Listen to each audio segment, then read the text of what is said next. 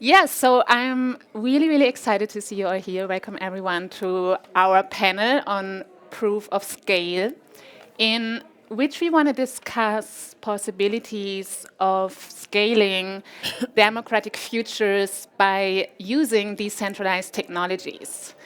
So my name is Rahel Süß. I will be moderating today's discussion, and my background is in political theory. I'm a postdoc fellow at the New Institute and Humboldt University, and I'm currently working on a theory of digital democracy and the concept of democratic algorithm. So the question of when can we call an algorithm democratic? I'm extremely excited for today's panel because we have got some incredible speakers with us here who will help us understanding better the democratic potential of decentralized technologies for scaling democratic futures, but they will also help us to understand limitations we might be facing while trying to implement these technologies.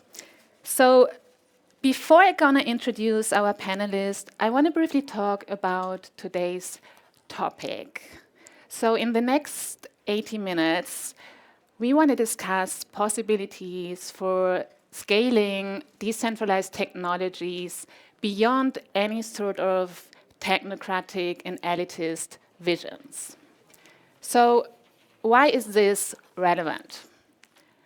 We have seen more recently that decentralized technologies have played an important role for opening new political imaginaries, but also for strengthening democratic governance by empowering citizens and also workers by using new democratic institutions and also practices. At the same time, we can see a sort of tendency to think that technology will solve all our problems if we just design it right. So this idea that code automatically scales trust, agency, empowerment, and even political legitimacy. This solutionist promise invites some skeptical challenges we want to discuss today. So I'm very pleased to have you with us here because you will share some insights with us about different projects you have been engaged with, but also thoughts on the role of context and history and resistance for understanding the potential and limitations of decentralized autonomous organizations. And we might probably refer to decentralized autonomous organizations in this discussion as DAOs, so just that you are aware of this. So the question we want to discuss today is how can we scale distributed intelligence without reaffirming any technocratic and elitist vision? So the question really is, how can we scale effectively from the bottom up by ultimately scaling what I like to call democratic futures? So let me introduce our panelists. We have some great speakers here to discuss these questions with us. And I will briefly introduce them to you before saying a bit more about today's format of the panel. So we have Dennis Royo with us, who is also known by his hacker nickname Jaromil. Jaromil is a software developer and ethical hacker, and he has been involved in different pilots of digital commons in Amsterdam, in Barcelona, and also in Hamburg. And then we have Miriyam Aouragh with us, who is a media anthropologist at Westminster University. And Miriyam works on cyber warfare and also grassroots digital politics and the topic of revolution and counter-revolutions. And then Paulien Dresscher, who is working as an independent curator and researcher in the field of culture and media studies. And Paulien is also part of a really fascinating initiative, Public Spaces, which is promoting an internet for the public or for the common good. And then we have Nick Houde with us, who is a researcher at the Technical University in Braunschweig. Nick works on decentralized autonomous organizations in regard also to labor. And yeah, he has some fascinating research going on scaled labor unions. So the idea that unions have to be structurally adjusted to then organize down the global supply chain by using decentralized technologies. So we probably also hear about this today. So what are we going to do today? The panel is structured into 3 parts. So the idea is to begin with an opening statements by the panelists of like 5 to 7 minutes, who will then share their thoughts on the limitations and also potentials of decentralized technologies for scaling empowerment, scaling democratic processes. And I believe this will provide us with a good starting point for the following conversation. And then in the second part, the moderated discussion, we want to discuss strategies to circumvent some of the failures and limitations identified, and also want to discuss conditions for the success of decentralized technologies. And then finally, we will move to your questions here in the audience before wrapping up at 1:50 to give the speakers of the next panel the time to also set up the room. So once again, thank you for joining today's panel. And yeah, let's go straight into our discussion. Jaromil, if I may ask you to kick off our discussion, and maybe you also want to share with us why, and start maybe with this, and share with us why working on decentralized technologies is personal to you. Thanks, Rahel. Hi, everyone. A bit of background on our collective. The slide has been up for a while, so as DynOrg, we focus on software development in touch with various other topics. And recently, we focused more on minimalism. So I will give you in this sort of introduction hints on a personal story. Also, my way to go through the last 20 years of developments, trace them somehow, and also try to propose. Of course, I would be wrong in my proposals, so feel free to debate them and criticize them, ways to tackle a real distributed change for our institutions. In brief, DynOrg is an attempt of an alter institution, and I will explain this later and why it's important. If you're interested in saving and bringing home some bibliography, prepare your phone because I have some QR codes that link directly to the articles I'm quoting. So, first of all, there is an article that just recently came out on the Logic Mag. It's called We Were the Media. And I think it's very interestingly exploring the origin of distributed movements before systems, tracing it back to indie media. So today there is a lot of talking about Twitter. Few people know that basically Twitter was born out of indie media. Literally, some activists inside the indie media network wrote the first code that then ran on Twitter. Indie media was, and this article explains it very well, the first attempt to allow people to upload their stories and their contents online. And it was completely phagocytated, completely digested by a neoliberal approach to it. So monetizing this sort of energy, this sort of will to distribute your story. So this is what happened through social media, the evolution from movements, distributed movements, and social media in the first decade of this millennium. And I think I'll leave you to reading the article, just scroll it quickly. I think it's really much worth studying. There are a lot of takeaways in this article. I would like to give you a key of reading the 3-4 articles that I will just briefly introduce. They all talk about one way of seeing history through ruptures, through conflict. What Negri and Hart call in their trilogy the kairos. It's a Greek ancient word to say the rupture in time.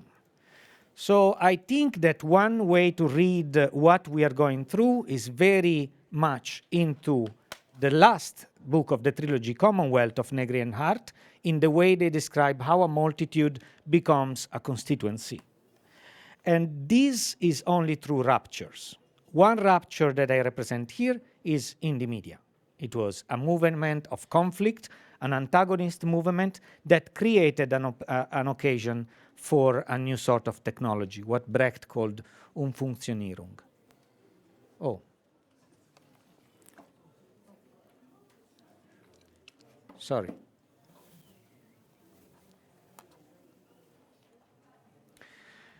An article that I wrote about a second rupture that happened and is really related to crypto movements is this one, The End of the Taboo on Money. I published it at the beginning of the Bitcoin movement, arguing that the taboo on money, the gate was left open by the fool, Satoshi opened it in front of everyone, and in the future we will see a lot of experimentation on money.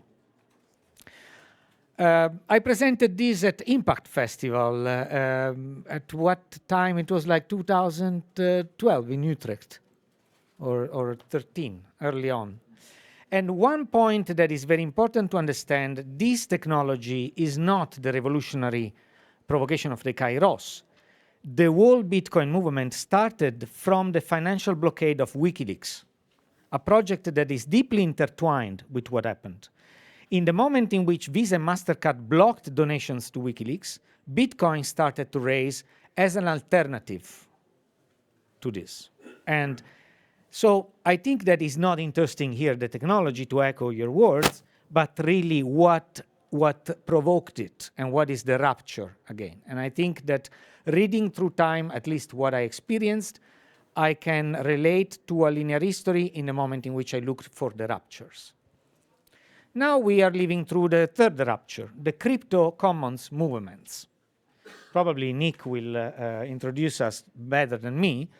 There is an article that I offered to publishing to Makery Festival, now it's translated to Japanese and Chinese, is echoing a lot in Asia, about how the crypto movements are declining the possibilities into a stewardship of the commons in the Web3. So there are a lot of movements that want to do DAOs and that they want to have a sort of approach that is a stewardship of the commons. The limit, I argue here, there is a rupture with the institutional forms of the commons in the past, and the limit will be to really enhance and really progress on the ways to communicate to large masses of people and to include the stakeholders into these processes. Here, the rupture is technical, but the problems are still the same. I've been observing from inside the dynamics of the Assange DAO, the biggest DAO that has been held so far, yet omitted by the literature produced by the World Economic Forum as the biggest DAO. And the problem in this DAO was, of course, it was caused by, a kairos, the kairos of WikiLeaks, but the problem was again the one of including and communicating with all the stakeholders. We are promising democracy, but then the means are very difficult. A server on Discord will not solve it. And we have to find out ways also in person or more ways, or perhaps learn from the past on how to really establish the democracy of what we call about it. Ultimately, I think this is a brilliant article. It comes from the Art. It was published on the eFlux magazine in New York in 2015, and it speaks about the difference between populist art and neoliberalism and the tension between neoliberalism and populism in art. I think it speaks to a lot more fields, and ultimately calls for an alter institutional turn. So we are in a moment of rupture. The real rupture is within our institutions. The real rupture is about labor rights within organizations. The real rupture is how we organize a place like Transmediale, like within our institutions. In the moment in which we import within their ranks our ideas of renewing, of moderning them, we are dealing with a running production system that needs change, and this is difficult. I think that we are stuck when we do this operation, not only looking at this rupture, but also declining our will to make our institution modern between two narratives that are both toxic. One is the neoliberist narrative of monetizing a movement, like Twitter did for indie media. And the other one is the populist narrative of saying, oh no, we will do it, we will bring it home. It's an identitarian populism, and it is also very destructive towards the institutions that exist. An alter institutional term, much better argued in this article, is something that cuts out of these two narratives and manages to bring a real modernization of our institution, a real revolution, let's say, without falling within these two narratives. This is what I would like to put on. And it's very personal, because this ultimately is how I lived through the last 20 years, living through the crypto, joining Bitcoin from the early times, and now observing what happens to the DAO. As you said, technology is not really the problem or the field of play, and we are stuck with problems. We may find the solutions in the past, even looking back. Thank you, Jaromil. Now,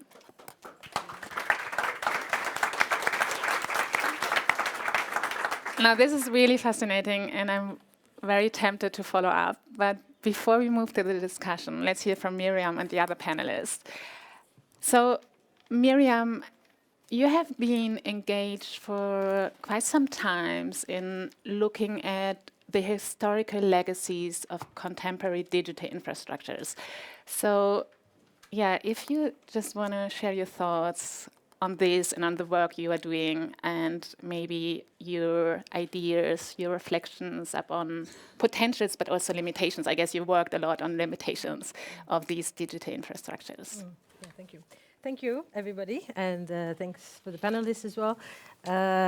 Disclaimer, I think for many of you as well, probably, this is not my natural habitat, so this is not the kind of conference or event I usually go to. I'm an anthropologist teaching media in very sort of proper academia, so quite boring and very mainstream. So I'm really excited to be here. Last time I was at Transmedia was 2013, which was in the middle, and in retrospect, we know, at the end of the revolutionary phase in the region that I am from and study.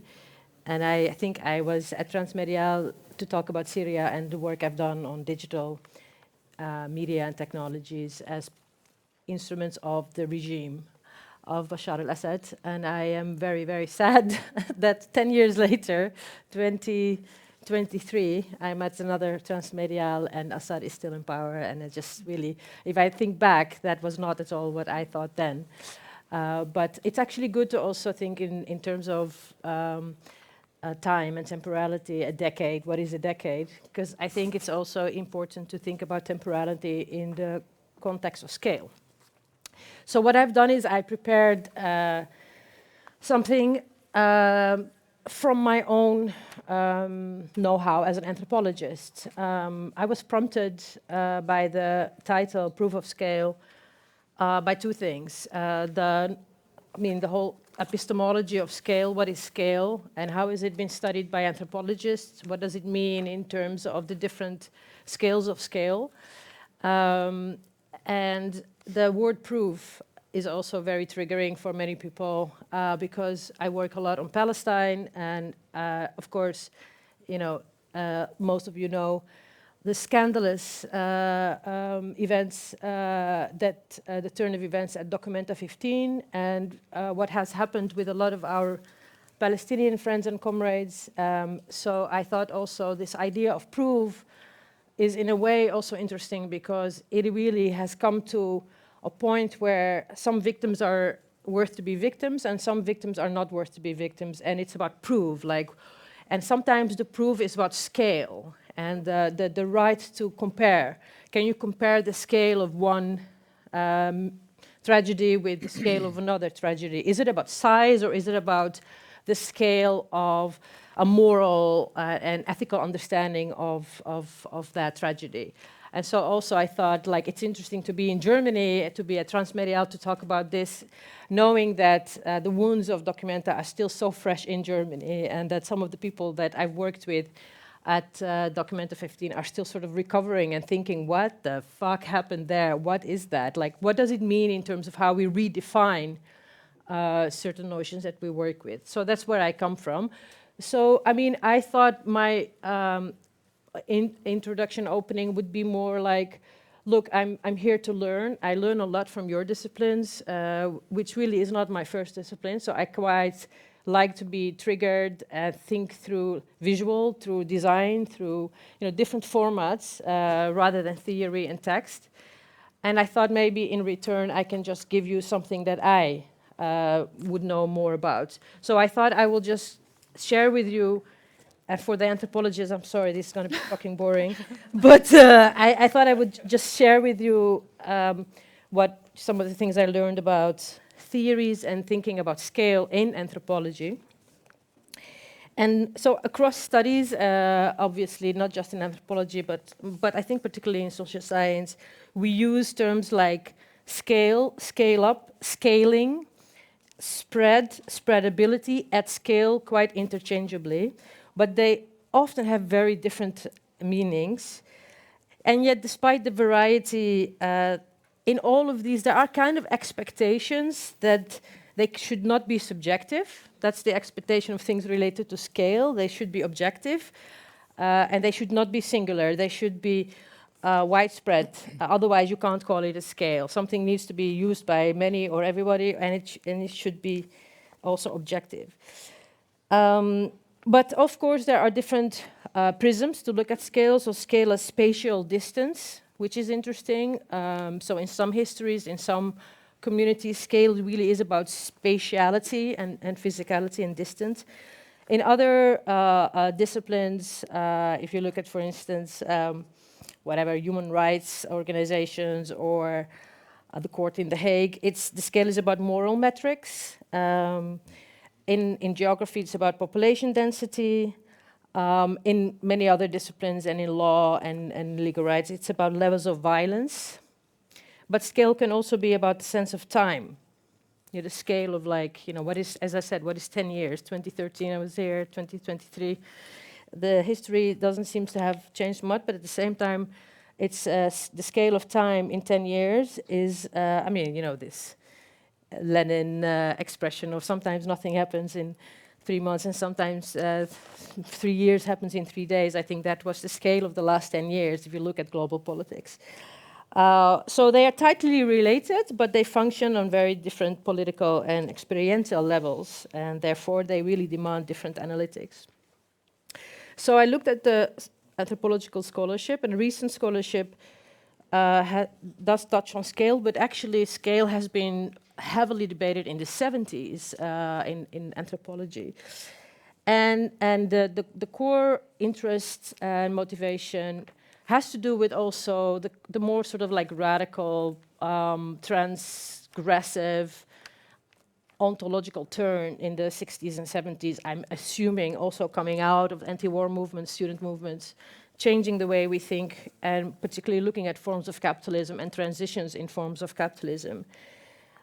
So in the 1970s, there have been really classic works that have been ignored and now picked up here and there, but really, really important work about how to measure social transformations. So it's, in a way, I mean, of course, this is clear, this is subjective. This is an anthropology that is very much influenced by Marxism, and that looks at social reproduction as part of lived experience. Anyway, it's been broadly accepted that how people use progress and innovations should be at scale. So I think the sort of epistemological history of scale comes also from this kind of like scientific obsession to be at scale in terms of how people, how humanity progresses. And therefore, by default, it's a very normative debate. Of course, the whole discussion about decolonization is in essence about that, right? So there are multiple definitions of scales, and I thought it was interesting to see that researchers in education, because education obviously is very invested in how do you reproduce knowledge, but how do you also unlearn knowledge. So researchers in education proposed a typology of scale that comprises 4 distinct ideas of scale. Scale is adoption, scale is replication, scale is adaptation, and scale is reinvention. And they each have different and distinct affordances, and they each are also, by default, because you split them, incomplete. I thought this was really interesting that, you know, the discipline of education is really interesting in that sense because it is almost by default interested in trying to find ways to make learning and knowledge production accessible. So I thought, for me, looking at what it all means, the notion of scale as reinvention, I thought was the most interesting because it relates in a way to the work I've been doing with my comrades and friends at the Institute for Technology in the Public Interest. For those of you who know, I'm part of TTPI, Femke Snelting is part of it, our associate Gara is here, Helen Pritchard and Sarah Gerses. We've set up the institute to think about technology in the public interest, TTPI. And this is interesting for us, I think also looking at Femke and Gara in the idea of reinvention, because I think it aligns very much with the idea of reimagination, right? So I want to move on and say that the emphasis is on incomplete. The whole point is to have definitions and to apply ideas around scale and to understand that we need to break the ontology of being complete. The idea of scale wants to be complete, wants to be universal, wants to be objective. And I think the radical undoing is to break that ontology and to say, no, it's incomplete. And I thought it was interesting to find the famous anthropologist Miriyam Strathern saying, scale has been a headache for anthropology. And I thought actually scale is a headache for all, I think, for all disciplines. So scale, it's a term that in a way refers to size and complexity. So it's, I think, complexity is, I think, very important here. That's why you need metrics. That's why you need points of reference. That's why you need to compare something at scale. You need to have whatever, a Fahrenheit. You need to have a Celsius, right? So the complexity is very important here. And that's where I think the social dimension of scale in the history of anthropology has been so much originated in social transformations, particularly what is called, I mean, it's a nasty term, but I don't think you should take it at face value, evolutionary anthropology, looked at like the transformation from peasant society to sort of like what you can call industrial society. And I think if you look at those studies, it's really interesting for us now when we think about social transformations in the debates about big tech and what kind of new societies are preparing or suggesting for us. So it's kind of anthropology through the prism of world history, and the idea that different stages of history require different theories of social power. And because they assume different shifts in governmentality, that's why I think that debate is interesting for us now. When we think about governmentality through the lens of scale and tech, that is very important for us because hopefully I will have time later at the end. It relates to how to make legible. And I think that we live in a time where neoliberalism is precisely about not making legible, or reversing the meaning to make you think that something is about freedom, but while it's the opposite. So scale is also about making legible, but actually in the neoliberal space, scale is about not making invisible, right? Making you think that you have the power with one click of whatever. So this is about, I think, public access and public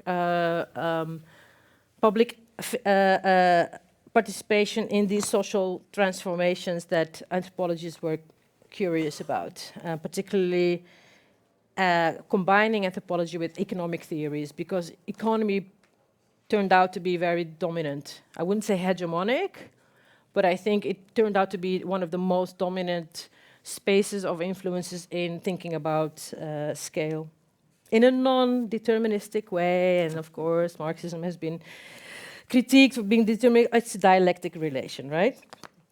And so I think what is interesting is that also these anthropologists have turned on understanding how scale and social transformations have been major influences in understanding human crisis, what is called human crisis, which is basically, in other words, financial crisis, war, climate crisis that are on a scale that is called global. So when something has scaled up to global, they are called a human crisis. And these anthropologists have tried to argue that these are not inevitable social transformations, but they do rule almost de facto by simulating as if it's natural. And I thought that is so super interesting for us now as well, in the current time of crisis, to think the simulation also of big tech and technology as pretending like this is natural, like this is the evolution and you need to just go join the crew or you will miss out. So I think that, I just wanted to end by saying that for us and my work also with my comrades in CityPy, this has been really important because we have been thinking for a while about matters that we don't necessarily call scale, but that have that complexity and that size of scale in debates around technological solutionism, techno-solutionism, which we discuss and try to research in terms of operations. So technology and digital operations that replace social and public functions and institutions, but actually end up only promoting further growth. It's a self-fulfilling growth idea. So in TTPI, we've been thinking about operations as a kind of metaphor for like the scale and size complexity, but through a historical materialist lens. So we try to intersect this thinking of scale through operations, historically and materially, by looking also at temporality in a particular way. So and for us, the temporality is moments of crisis. And before we've discussed this also as sneaky moments. The sneaky moments in history when social transformations takes a leap or when things are turned into natural phenomena. And for us, the pandemic was a very important moment to look at the pandemic as a moment, a temporal moment in history where all these different shifts in techno-solutionism, in scales, have taken a leap and have turned through governmentalities into a de facto rule. Like this is the new rule, and if you don't want it, you're out, you're not part of humanity. So I think that's where I wanted to leave it now. If we have time later, I would like to come back to the idea of the subjectivity and ontology of scale in terms of also the approach of the historical materialist approach is one that allows for regional differences. So we are very adamant in putting decolonization in practice in terms of also that you do research, you make research, you design terms and narratives in an internationalist manner. So we work with Lebanese comrades, with Moroccan comrades, with comrades across the world in a sort of to understand the regional sensibility. So I would like to come back to that later, to go back to notions of scale in the context of Palestine, because I think Palestine is a crucial case study. It's not just, I hate the term metaphor, I really hate the reference to Gaza and Palestine as metaphor, Gaza as metaphor. It's not a fucking, entertainment thing for you to plaster metaphors and text on, but I think it is important as a case study to think of scale as physical distance. It's the most overpopulated whatever community collective in the world, and it's political in the sense of the complexity. So maybe later, if I didn't use up all my brownie points now for talking too much, I will come back to it. Okay, great. Thank you.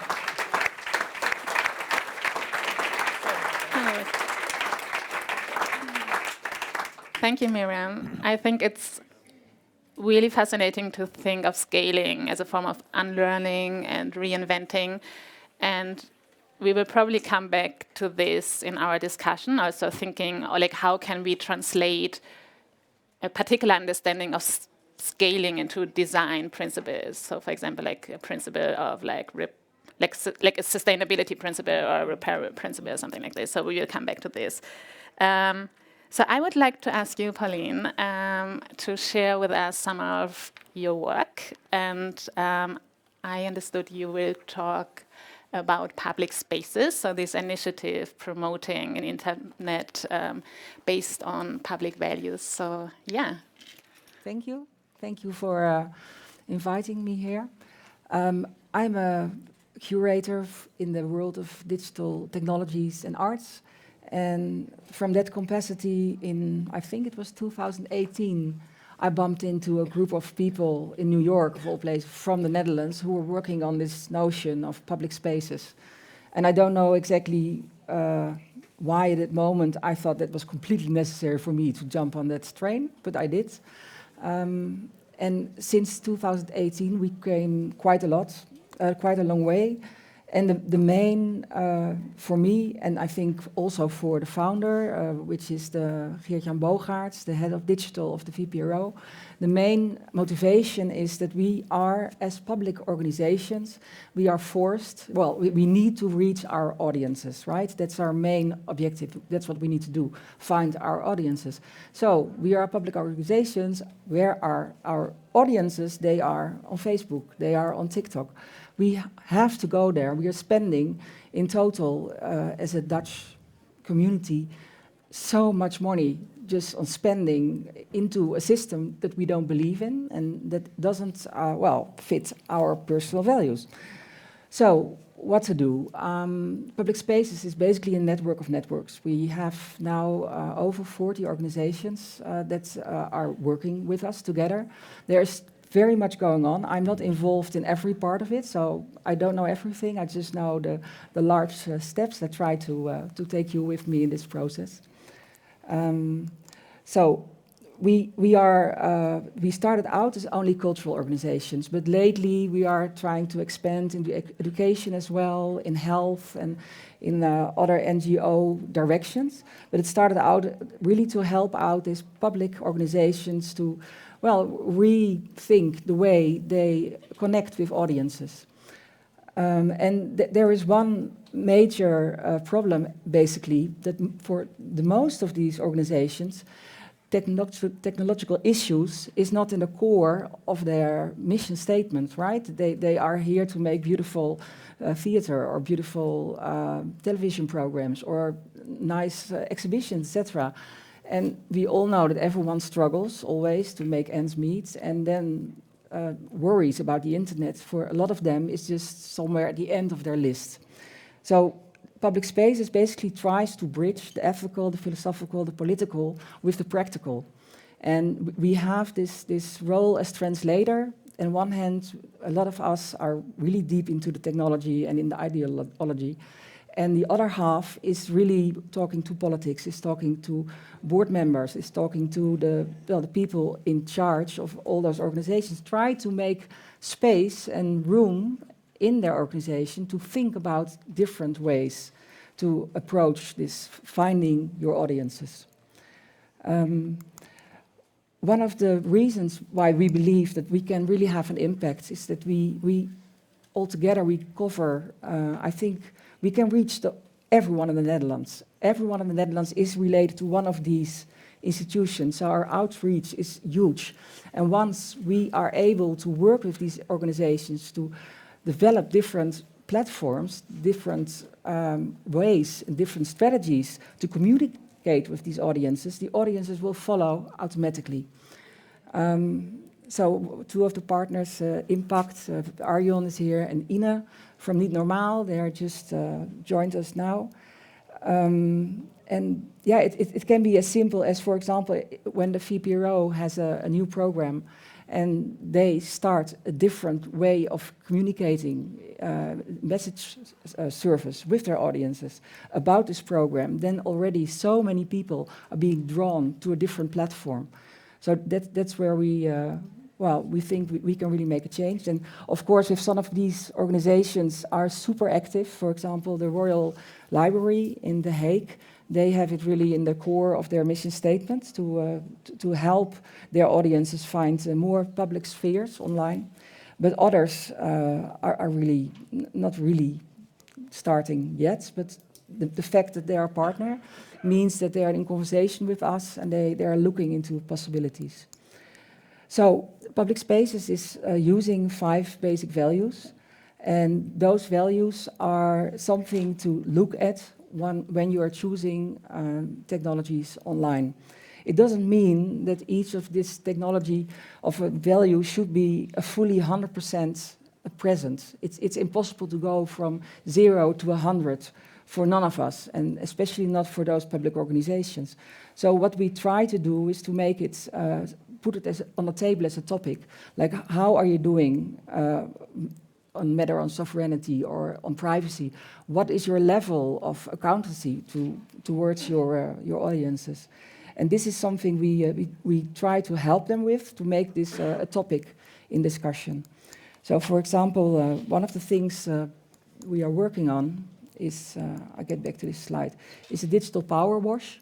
And that's a system, all our partners actually are involved in this digital power wash. And you get someone from us, someone from public spaces, and he sits with you, and you get a list of questions, and you have to answer for a few, well, say 7 or 8 tools or applications you are using in your organization, how you score on those questions. So maybe you are super, super good on privacy, maybe you are not that good on tracking, for example, and then you get somehow a grade, and you can publish this on your website, like I'm doing not that well on that level, but there we're doing okay. So it's all about transparency.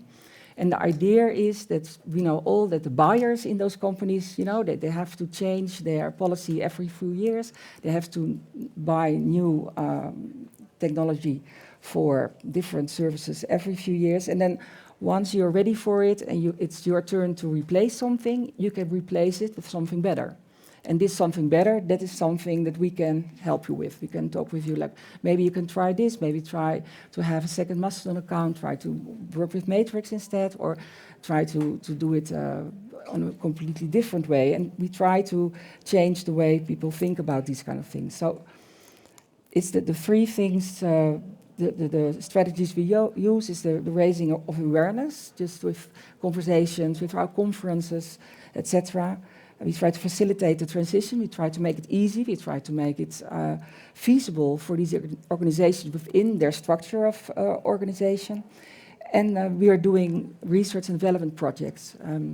We have, for example, the PubHubs project is partly scientific research, partly very practical, hands-on, about new ways of building communities that are somehow manageable by the communities themselves. For example, in the Netherlands, a school organizing a school trip, they sent the parents to Facebook to track, the school trip, where the children are going and the pictures, etc. And these pop-up systems could be something that people can make their own inside hub, safe from the rest of the world, if you like. Another project we're working on with 11 other organizations is the Living Lab Open Culture Data. And there we are trying to find new ways with open source technology to connect calendar data to video content and find new audiences in a different way. It's a bit inspired by the COVID period where everyone had to do everything online. So maybe what are the strengths, what did we learn, and how can we bring this to a next level? Librecast, it's about media distribution across Europe. It's a research project. And we are working on PeerTube as well as a concept. And we are now busy with the next conference in June in Amsterdam. And there we try to connect these communities. So it will be about ethical dilemmas, about philosophy, about policy, but at the same time it's for makers, it's for communities, it's for people who try to make a change but don't really know where to start. And it's about networking for our partners to join, to organize their own roundtables, to organize their own discussions. So it's really a moment, it's international, where we try to bring everyone together. And that's about it for now, I think. Thank you, Paulien.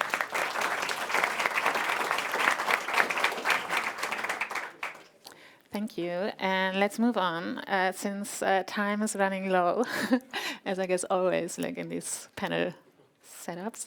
Let's move to Nick and hear from you. You're working on decentralized autonomous organization, as I said before, in regard to labor. You are also working on power politics and productive antagonism and on the New Deal. So maybe you want to share more about your projects with us. So thankfully, also, I have very little to say, so it'll be short. But yeah, I think I share a sentiment with everyone on this panel that maybe the technological aspect of this is maybe not the most driving force. And trying to think through that, I was lucky enough to be watching an interview from just the year 2000 for with the sociologist Daniel Bell. He had a really interesting idea where he was talking about the New Deal, which is the set of institutional mandates in the 1930s trying to mitigate the inequalities of the Great Depression in the United States. And usually that's understood through all of these egalitarian institutions and mechanisms, social insurance, what have you, as sort of a progressive mandate. And for him, he actually mentioned that it had nothing to do with progressive politics, but rather that it was a matching exercise in scale. Because at that point, most of the governance mechanisms and institutions of the United States were in fact very localized and regional. And what had happened is from the start of the 20th century into the 20s, you saw a rapid expansion of economic activity, both nationally and internationally. And as a result, most of the institutions were incapable of actually regulating or kind of having enough oversight over any of these, most of these economic activities. So as a result, he actually saw this as a way of kind of Trojan horsing this the set of new institutions that would be capable of matching the scale.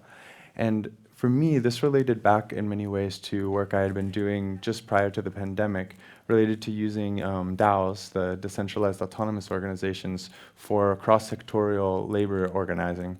And in many ways, trying to deal with this matching problem, which I think is really at the heart of a lot of political antagonisms and power politics right now. And yeah, so in some ways, I'd like to just set that problem on the table and think about it. I think oftentimes when we're especially in the discursive realm of something like transmediala or in activist spaces, we tend to maybe carte blanche think about these things as adversarial or something that's about dual power or something like that. But I'm wondering if there's actually this strange kind of Red Queen effect. So the Red Queen effect, this is from Lewis Carroll, where the Red Queen says that in order to stay in the same place here, you have to keep moving. And I think that there's something that happens sociologically, politically, and economically in the world that we live in, wherein scales and frames of reference of power and of where politics are constantly shifting. And so in order to mitigate those or kind of have a seat at the table and really push back on them, we need to always be thinking about matching that power if we think about having impact or being able to actually negotiate these problems. And so I'd like to think about it in a different way of thinking about these different activities, these peer-to-peer networks, these decentralized autonomous organizations, and various activist activities around networking effects, where we're actually trying to deal with a new scalar problem that we haven't been presented in a very, well, maybe ever. It is maybe unprecedented, in that it's not just an expansion over time. It's not just an expansion in size or in capacity, but rather it's really decentralized. And as a result of this decentralization, it's all of these emergent behaviors and patterns where people are trying to match with governance mechanisms, with community mechanisms, with economic mechanisms, ways of bringing together and regulating, in fact, various activities that are otherwise too distributed for legacy institutions to rightfully mitigate or rightfully challenge. So it becomes this kind of this Red Queen effect where both are dancing back and forth with one another. And I find this a really productive way of thinking about how these movements interact with one another and contextualizing them in our period. So I'll just leave with that. Okay.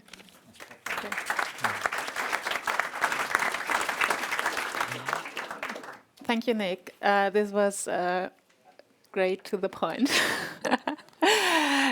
So now we would like to move to the discussion, to the second part. And here we would like to discuss conditions for the success of decentralized technologies. And though you just said, Nick, that maybe technology, something you all share here on the panel is that maybe technology is not so much what we should now talk and think about. I would actually like to start our discussion with talking a bit more about technology, because if we say that tech solutionism is not what we want, because it is top-down, because it adds more complexity everywhere, and because it lacks an empowering moment in the end, right? So then the quite obvious question is, like, maybe rather than to just dismiss technology, the question that might be, okay, what design principles do we actually want, right? So what do we want machines for? And you might probably know this, Jeremy. I just want to start with you because you're a software developer, and so I would like you again to kick off our discussion. And maybe, since I also know that you're working a bit on, or that you have thought a bit on, about like different design principles, maybe you can share with us some of your thoughts, like on design principles, and then we, move from here. To extend a little bit to a concept I mentioned before, at least this is my approach. It may not be the solution, but having a minimalist interaction on technology, which doesn't mean like developing less or knowing less, but having a minimalist intervention on technology sometimes scales much better because people can relate to it better. And appropriate it. So you had 4 points that respond to this approach. And in our practice at Dynorg, this worked very well. We created an operating system, a GNU Linux distribution called Dev1, that is now number 3 in reviews, in user reviews on DistroWatch worldwide as Linux distributions. We are together with Arch Linux and with Red Hat and these big names, completely community-based, just because we refused to insert a level of complexity that all distributions adopted, a component called systemd, controlled by a corporation, basically Red Hat, now bought by IBM, that forced everyone to re-educate all people working with GNU Linux systems to this new system, which is incredibly complex and raises the knowledge of 40 years of System 5 development. And we just made a minimalist intervention. We removed that thing and we said, if you want, the alternative is here. It works like it always worked. And without doing much, we scaled up to an incredible level. We had people flying from Australia to US, to Amsterdam for the conference we did in 2019 without even a budget for a conference, and now we are like still thriving as a distribution. So this is, because I like to be very practical and pragmatic, that's the Dutch in me. So you see that there is always a better approach when you build less dependency on technology, and that scales a lot. And, in the arts, for instance, I mean, when I worked in Montevideo time-based arts, I really learned this, like a very simple concept, synchronizing video, made a whole art field, like video art was born out of this concept, also other techniques, but be very precise and minimalistic on a technology, and this will help will help people relate to it. So this is my approach to scale. Of course, it's not the mainstream approach, because if you look at the platforms that are scaling, the world corporations, the GAFAM giants, they all build a huge network of complexity and dependencies from them. So perhaps this is the way, this is an asymmetrical warfare move, perhaps, to do. Yeah, maybe just to follow up on this, because I think once I heard you saying, I think you were proposing 3 principles, which I found like really, I just found them quite helpful to understand about, like to understand technology and alternative ways of using technology and design principles. So I think you were proposing, but correct me, you were saying something like, okay, a principle of engaging the communities. I think you were touching on then this. The other one is like small software, which then connects, right? I think this is also what you just said. And then the third one is these sustainability and repairability principle, which I find very, very interesting. So this idea of like the right to repair, this huge campaign thing, the European kind of new slogan thing, right? And then I came across one project you are doing with Dyn, which is you are developing, I think, a domain which would allow not programmers to develop business models, right? Without having like any kind of skills. And maybe you can just very briefly say something about this, because then this would, this would kind of nicely bring me to our next question, because I want to talk more about how we can actually understand machines, how we can raise awareness, and I think sometimes we might not even really have to understand it, but we can create other ways of participating in the systems and in decisions. Yeah, this is the main technical outcome of the Decode project we did with the City of Amsterdam and City of Barcelona. Directed by Francesca Bria, also known here in Germany for her sort of economic and political approach to technology. We followed with a practical approach. Crypto was coming up. Smart contracts are a technocratic device. So basically, you need to know how to code them. The risk is very high. If you make an error, like millions are gone. So we just developed a smart contract engine that can be programmed in human language. Why? Because the real knowledge is domain knowledge. So we're working now, for instance, with energy grid developers. There is a startup that in Italy, in Spain, in Austria is doing energy grid development. The technical challenge is big, but the main knowledge is held by people that have studied for 20 years how the energy market works, because they know where the percentages are.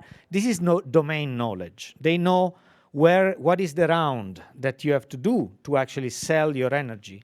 They are not programmers. The main overhead is between them and the programmers. They have to explain to developers exactly what to do, and then they have to trust that it has been done exactly, because money is going to flow through that thing.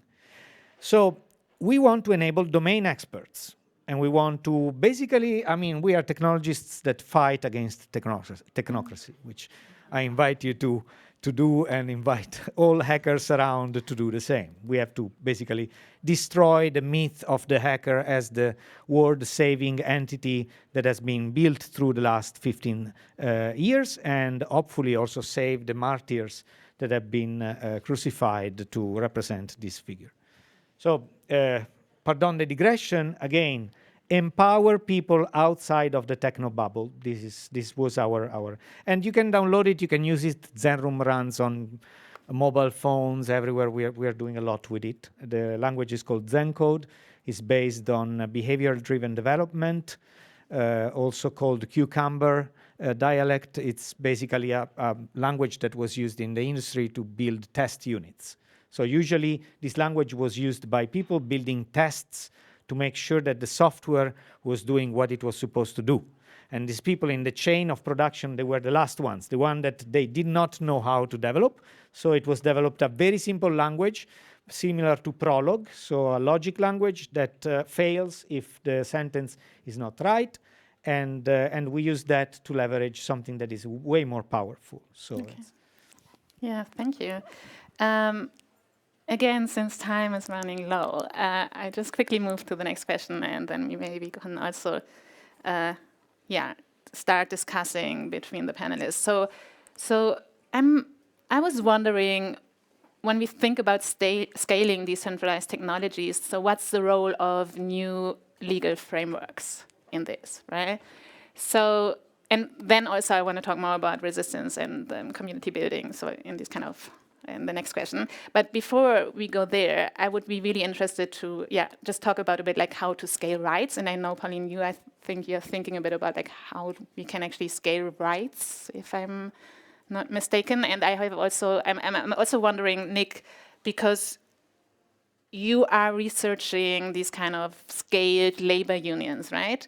And you were thinking about how unions can organize down the global supply chains, and also what kind of legal requirements would be necessary to make these unions implementable, I think, on the WTO level, right? So maybe you want to also come in on this one, or maybe you just want to start, because we had like a very interesting discussion before actually the panel started about this, because apparently this project on like labor unions is facing lots of resistance, right? So at least it's not really kind of something people want. So maybe you can talk a bit about this. A little bit of context was that we were doing this research. It was with friends of mine at a place in Berlin called Trust.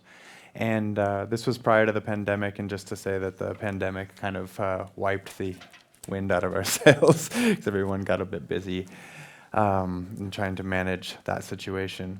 But at that point, we were trying to design different ways that we could use decentralized autonomous organizations to organize cross-sectorial strikes in what we were calling vertical unions. So basically, from an economic principle, we were trying to create cartels of labor. We were trying to vertically integrate labor across various sectors and various geographical spaces in order to, in essence, play a game of Go rather than a game of chess when it came to matching the flexibility and network capacity of transnational firms.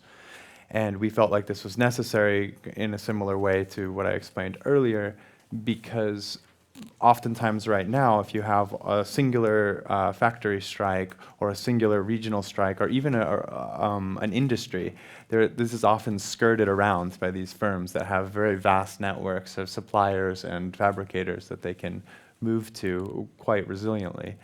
So the problem space was trying to think about how we could do that. And one of the major problems in that type of organization is trust, right? And so we look to these technologies because they're highly decentralized and arguably mitigate some of the problems with trust, but really only when it comes to finances. So a lot of the original research we were doing was thinking about it from individual union member levels, where they would use their union dues to make a stake and use that as something of use that in a way as collateral so that there was less scabbing. And so this would kind of mitigate some of the struggle of not knowing somebody and not really having repercussions because there's not like social repercussions because they're at a distance, and you could still manage that type of solidarity.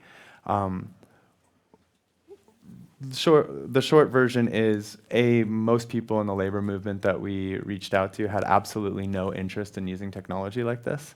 In fact, they were extremely antagonistic to it. And the second part is, I think that we failed to understand at that point, which I've now looked back on it, to realize that individual union members were not exactly the right scale for using this type of technology, but it could be viable for unions themselves to hold different treasuries in their slush funds, which are usually used to mitigate often major unions have these extra funds that they use if people are out of work for a period of time, if they need to pay people during a period of strike or something like this. So if you used the treasuries in this way of the DAO, and you're able to connect to those through various unions throughout different regions and across different sectors, you would maybe be able to do this sort of thing. But yeah, it's interesting to find the different limitations and also the social barriers that a lot of these movements don't want this. And there is a number of research, a number of different research papers and things like this on people trying to do transnational strikes, particularly by Katie Fox-Houde, who's done some really great work on European dock workers and Latin American dock workers. But yeah, this issue of trust, I don't know if these technologies are able to mitigate that problem, but it's certainly at the heart of it. And I think there is some promise in trying to do that, to try to match the scale, once again, to try to find different ways that we can adversarially match transnational firms and become formidable, really leverage some sense of power with this collective bargaining. Yeah, yeah. Thank you, Nick. So we have about 12 minutes left or so. So I would really like to hear more about or this, because what you were just saying, Nick, reminds me of these kind of I mean, you were saying it's about trust, but maybe it's also about raising awareness, right, and understanding the machines. But maybe we can talk about this later. But I want to hear your thoughts, Paulien, on this, because you're working on a very concrete project. So I was wondering, are you thinking about legal requirements? Is this kind of an issue for your project, for the internet, for the common good? So what is it? Do you come across this question? And also the question of raising awareness, is it something you are thinking a lot about, how to actually make people aware of the potential but also limitations of this technology, and maybe work towards understanding the machine or the internet for common good in this? Yeah, what we really meet all the time is very understandable that everything we ask from people, it gives them more trouble. They need more energy than they actually have. So for example, it's now the Dutch government has imposed itself the duty to apply to digital rights in all their processes.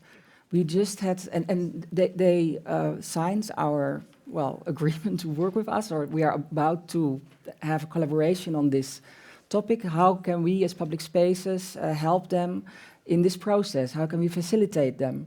And we just had our first meeting last week, and then there are 7 or 8 or 10 representatives of all the major levels in the Dutch government, and they are really very acknowledgeable already. These are security specialists and they're IT specialists, etc. And each single one of them is really, really looking at us but we already have to do so much. We have to take into account that we have to be fair to everyone. We have to save democracy. We have to do this. We have to do that. And now you ask us to use different tools and to save the internet as well. Cannot you bring this down into one package so I just can check the box and get back to my daily life? And it was really kind of, we were sitting and listening okay, it's difficult to make this transition. And the awareness, that's exactly where you need to start. And maybe for a larger group of people, maybe is the awareness that not everything should be as smooth as we are, used to at the moment. That maybe we have to take away some possibilities to try to re-evaluate what we actually do need. And this is something that sometimes makes me really hopeful, that some younger people start to, discuss these kinds of issues. Maybe we don't need to be online all the time. Maybe it's cool to have an evening with no phones.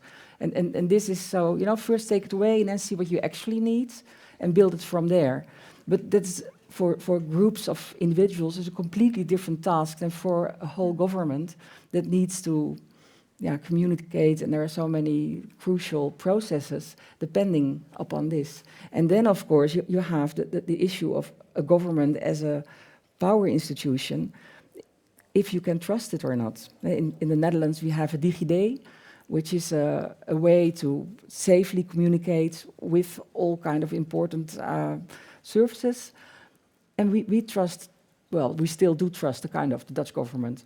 But things can change, right? Sometimes there are new political tendencies arising, and you think okay, if this is going through, then I don't want to use this tool anymore. So then you get the discussion between about trust as well. Do you want to have those kind of technologies inside governmental organizations, or do you want to have something outside of it that can value its basics? Yeah, thank you, Paulien. So before we move to the audience question, I would like to go back to the beginning of our discussion. So we talked about the importance of ruptures.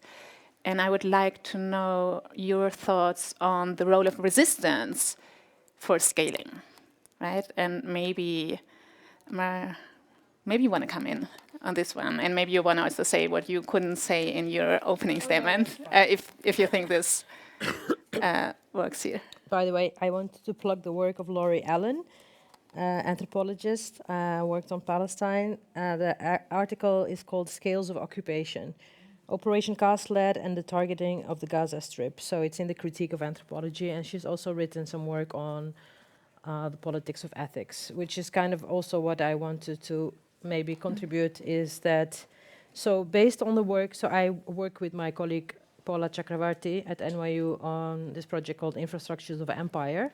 And so what we really find very important is to constantly bring back the origins, whether it's the question about the legality, whether it's the legal frameworks or the discursive frameworks. The origins of most of the infrastructures we're talking about is in colonialism. And so the origin of empire and colonialism is really important. And some of our projects shows that, for instance, it's still the case that a lot of the legal regulations are still basically inherited from the maritime rule, from rules and legal structures during slavery and extractivism. So I think that's one very important, I think, reminder to bring back in, at least with the work that I'm doing with Paula Chakravarti.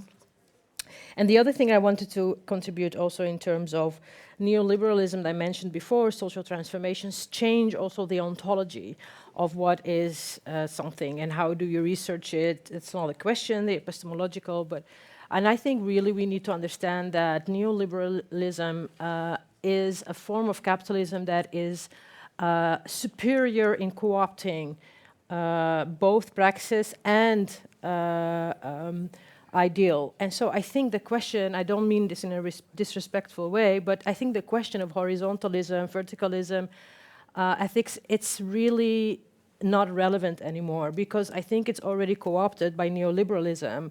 And I want to just bring in the fact that, I mean, I do actually not trust the state. I never trust the state. I'm an immigrant in Holland. I never trusted Dutch state. I'm one of the targets of the state in whatever the surveillance economy and the war on terror means. So for me, it's not objective. So I guess it's a subjective analysis, right? But I also want to say that I don't trust digital rights. I don't trust decoloniality. I don't trust intersectionality. I don't trust horizontalism. All of those things have already been co-opted.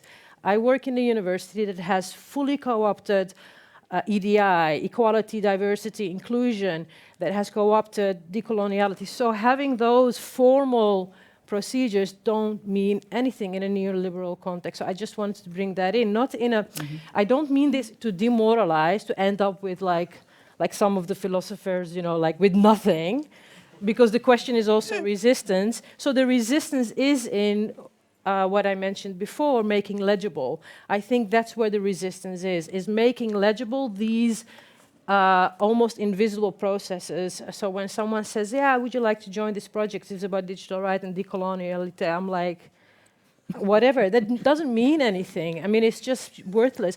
I mean, I am in a university that is decolonizing the curriculum and Black Lives Matter, but is banning work on Palestine. Fuck that shit. I don't want to be in a decolonial institution that co-opts it. So when I hear the state employing rights and transparency, you know, my hair, it goes like, so that's, I mean, I think I just wanted to bring that in, like the terminologies and the ideology around all these concepts, we need to make them legible for what they are and what they are not. That's, I think, part of resistance. Yes. That's the undoing. Cool.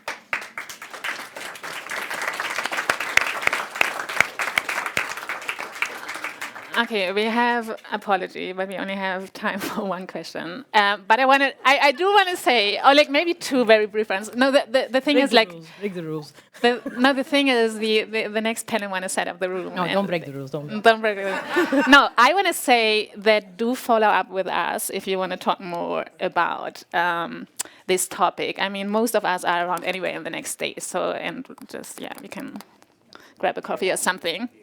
Yeah, so exactly, just approach us. But so is there a very urgent question, something Or answer. or answer or comment, brief one? Look, there's none anyway.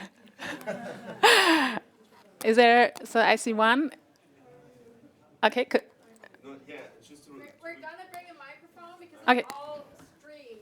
So Oh shit, is it streamed? Yes. Oh shit. It's To good. Miriyam, thank you so much for your input. So if authorities, institution, the state, I mean, they're compromised, right? Even if they, as you affirm, you know, if they say they want to decolonize, they want to bring these changes. So where can we do it? Where can we trust? What can we trust? Where should we move? You know, I mean, I would love to have I know, maybe it's a big question. Got a minute and a half. I'm speaking from the 10 years, yeah?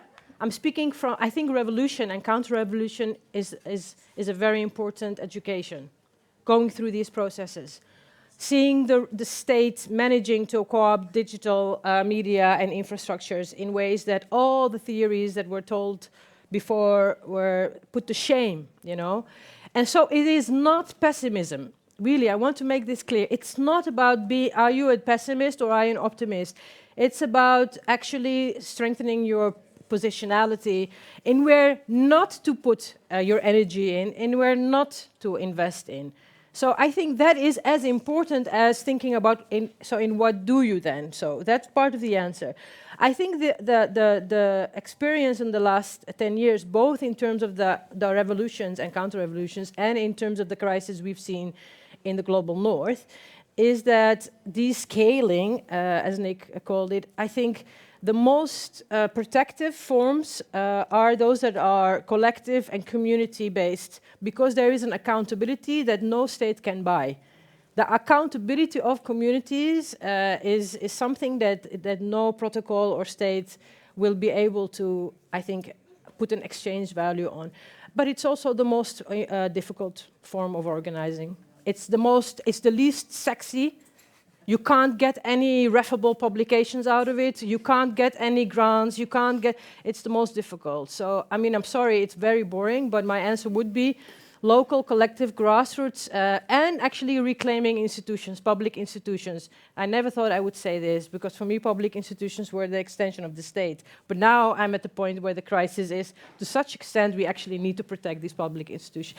And finally, solidarity. I've been working on anti-racism, and if you're interested, I'm very, very critical also of the whole white privilege theory, and I've written against this, because privilege theory has become a way it's pseudo-radical to divide us, to put a certain identity political framework, and that's, I think, also what I would like to give, to rethink also the protocols in the communities and in the activist scenes, and that it's not always radical to say we need to separate and have our own safe spaces, because the most scary thing for the state is when people unite and work together. exactly.